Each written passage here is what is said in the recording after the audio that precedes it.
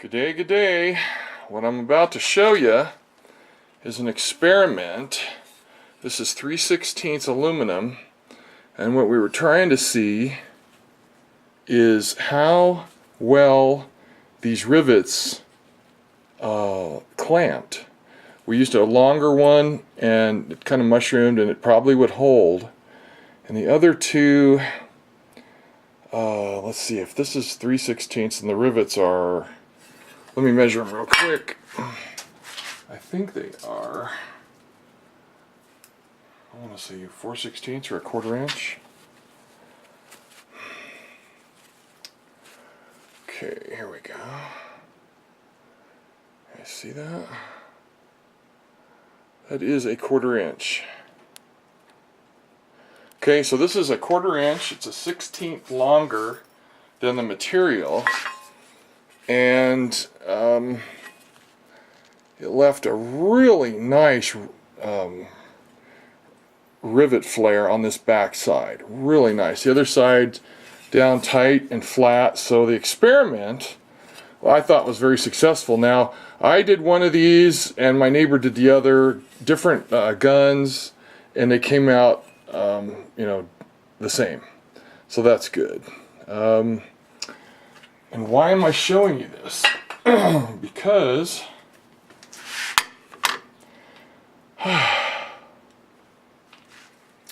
1986 2.5 liter Jeep. Some people call them clutch forks. Now they're called release arms because they're not forks anymore. See, they got pivots on both ends and they go like this. So here's the original spring on this side and a broken half of it. And here's the spring I made. Look at that sucker. Man, getting all those curves. This material, friends and family, is titanium. This here is titanium. It's 1/16 inch titanium. The original spring's 040, so that makes that 062. And these are steel 3/16 diameter rivets. They're pretty damn hefty. And it's an automotive application with a lot of vibration and thermal cycles. We didn't want it to go south on us like this did for somebody in the past. So what's supposed to happen is, let's see, this side pivots, so this whole thing's going to go like this. It's going to go up and back, up and back. So it has to pivot. And these are pretty close to equal, not exactly.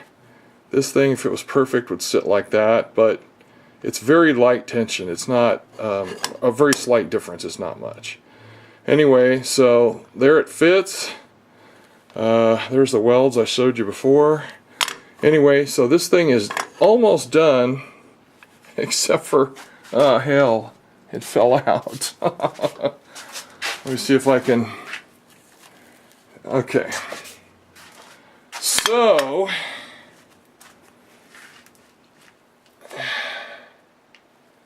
that still has its head on it. Okay, it's supposed to look like that. Now, that means it's an incomplete pull on this rivet. And why is that?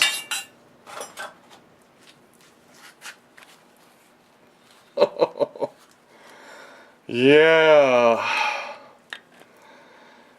Okay, well, where's the other piece? So I put this in the vise because I don't have the hand strength to crank down on these, and it broke this one off. And I said, well, it's screwed now. So I put this in and cranked it down, and it broke this handle off. So my rivet gun of 20 to 25 years, it was a good one. It's aluminum. Is now no more. So my neighbor's got one, and we've done a few rivets, and it's aluminum too, but for whatever reason it's holding up. So to finish this, I got to pull this through and pop it, which won't take any real horsepower at all. But when he gets home, we'll finish this, which officially makes this a complete finished product. And I've already slid it. I don't know if I explained this to you before. I slid this onto the Uh-oh. Yep, there it went on the floor. This slid over the transmission splines already, and this is the end where the hydraulic slave goes, and it was dead center in the position that it was supposed to be in. So this came out as good as I could make it. So anyway, it's done.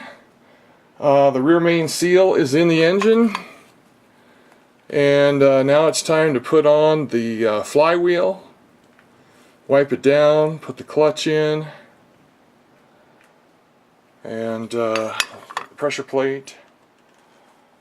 And the one thing I've got to do is test fit the bell housing. It's got a couple of flaws in it, and I want to make sure it's meshing, you know, flatly to the engine. I don't want it tilted or anything, so I've got to unbolt it from the transmission and push it up there and make sure it's flat.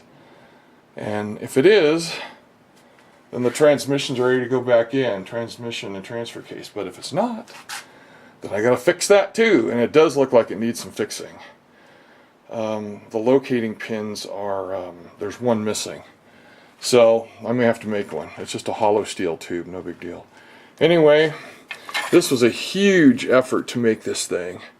I bent this, I clamped it in a sock, I clamped it with a socket into the vise, and then I would pull this by hand until I got about what I wanted, and then I went to a small socket here and got that small radius. So there's 3 radius actually, the small one right here, this large one, and then the other one going the other way here. And I had to cut this, I had to slice this off of a chunk of sheet titanium. So let's see, this is about I can't see it.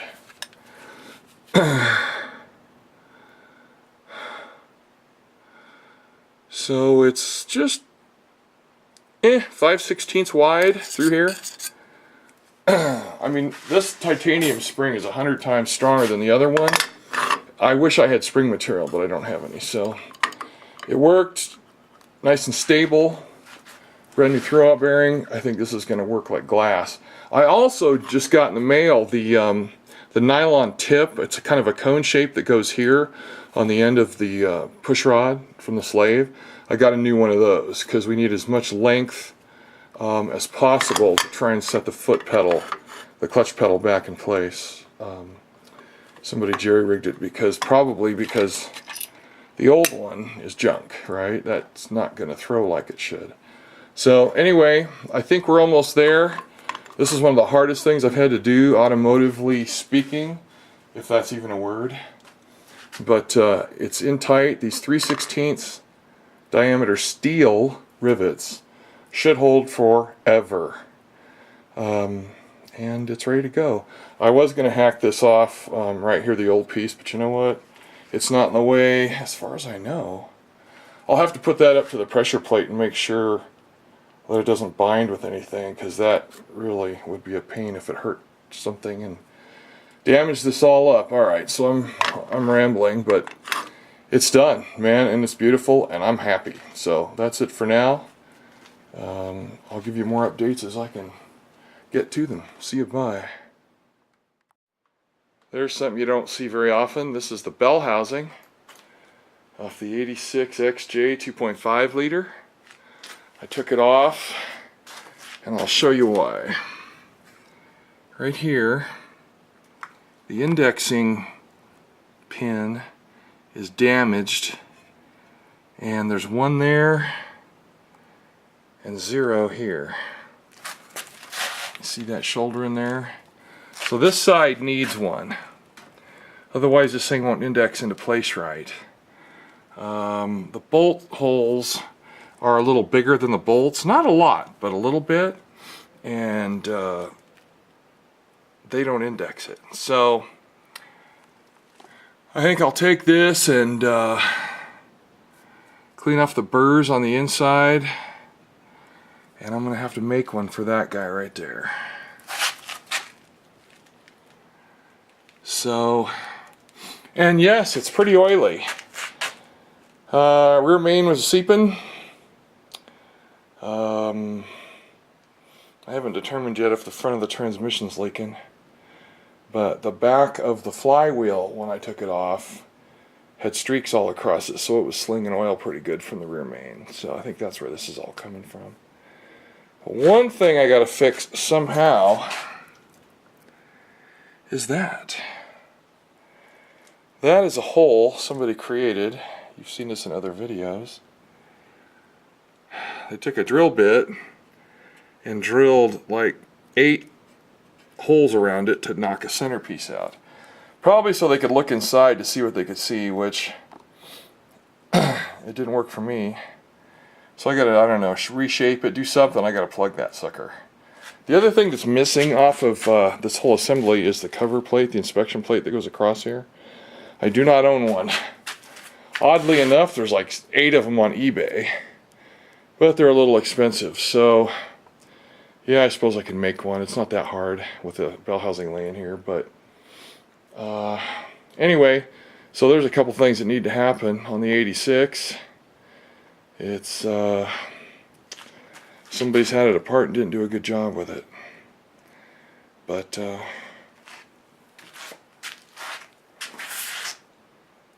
didn't take too long to get it out. Should probably be cleaned up good too.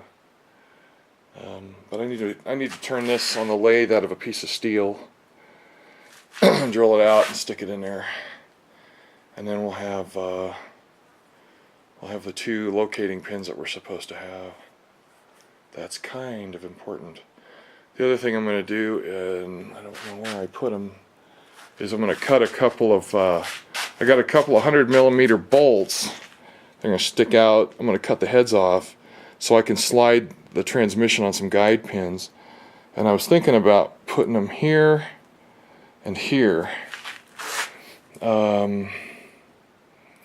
because what happens is the floor tunnel comes down like this and it gets in the way here, so putting them up there might not fit. But if I put them down here, they're way below the floor, and then the spline, the input shaft of the transmission's right here. So the 3 of them should line up pretty good and guide that bad boy into place, and I think that would be nothing but good news. Alright, well, that's what we got. Got that done today too. I'm happy.